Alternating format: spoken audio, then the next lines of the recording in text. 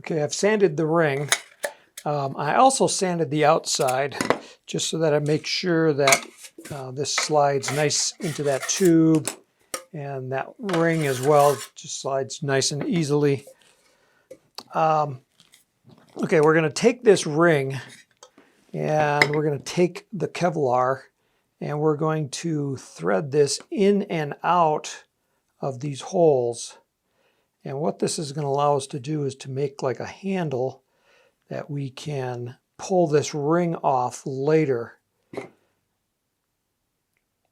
because we're going to use it temporarily just to install the motor tube, and then we're going to remove it so that we can get onto the inside of the rocket and put some epoxy on the inside to make it really strong.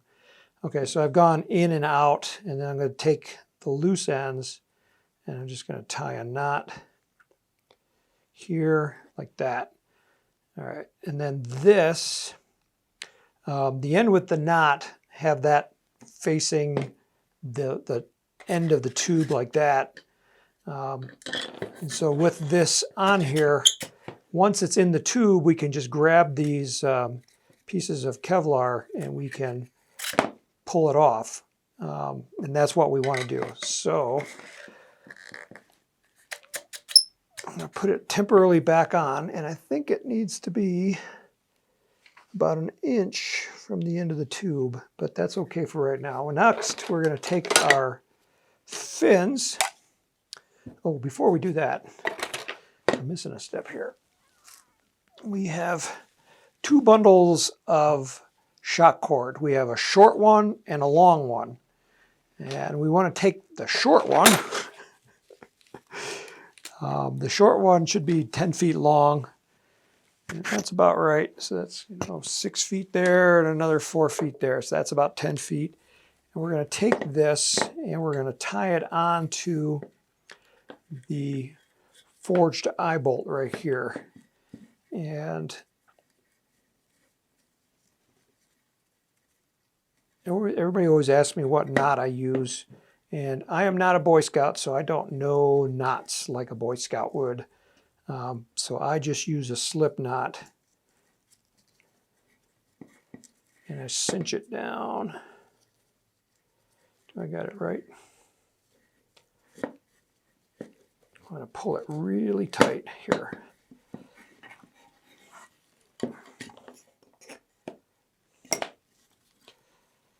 I don't think I got it right because it's not sliding. Okay. Pull it nice and tight because we don't want it moving.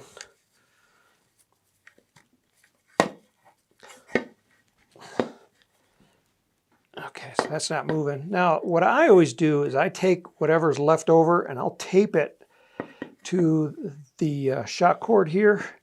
And this gives it some heat protection.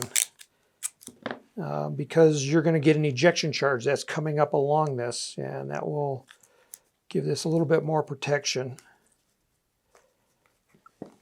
So I'm just holding it there for right now. And now I'm going to take and I want to wrap this nice and tight.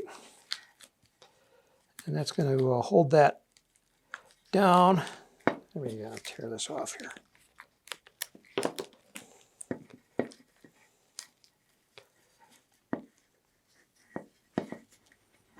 Just kind of spiral winding it around.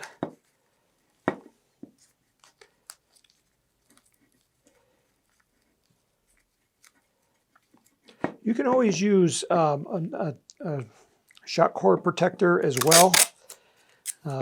I'm kind of cheap, so I just use masking tape.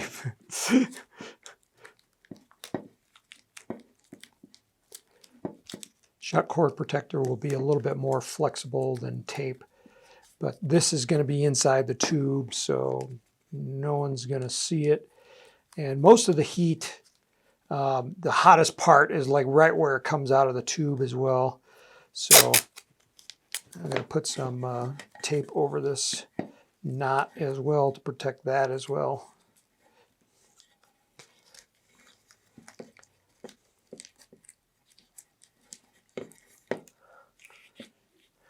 All right, so the ejection charge is going to go right along there, and that should hold nice and tight. This is going to be permanent inside the rocket, so make sure it's on there good.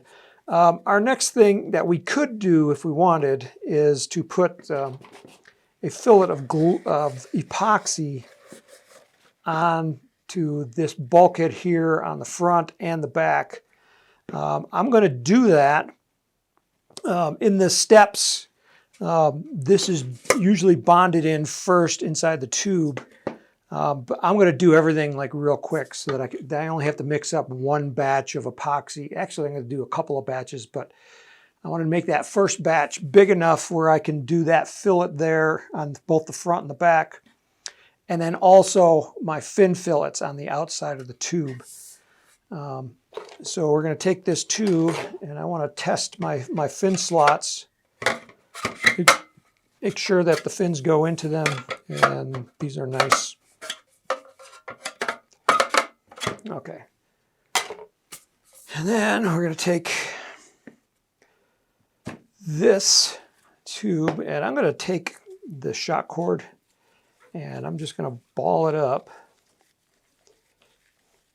and I'm going to stuff it inside of this tube just to get it out of the way.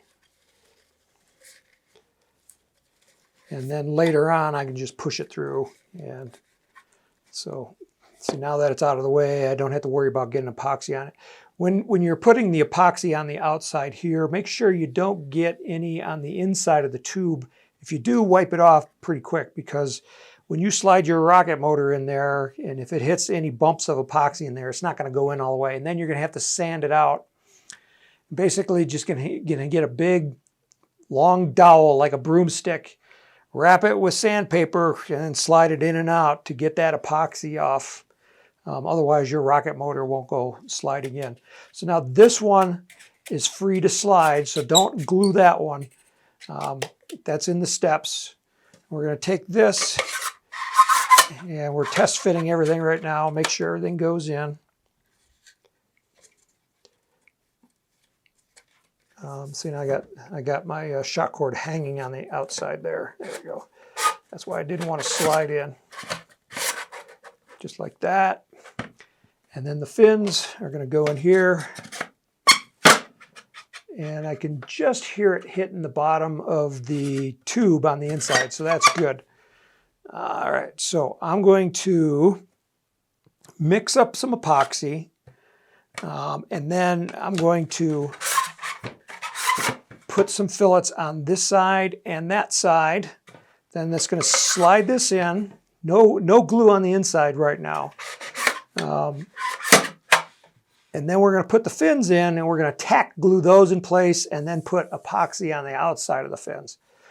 So I'm going to mix up with some epoxy, and we'll get going here.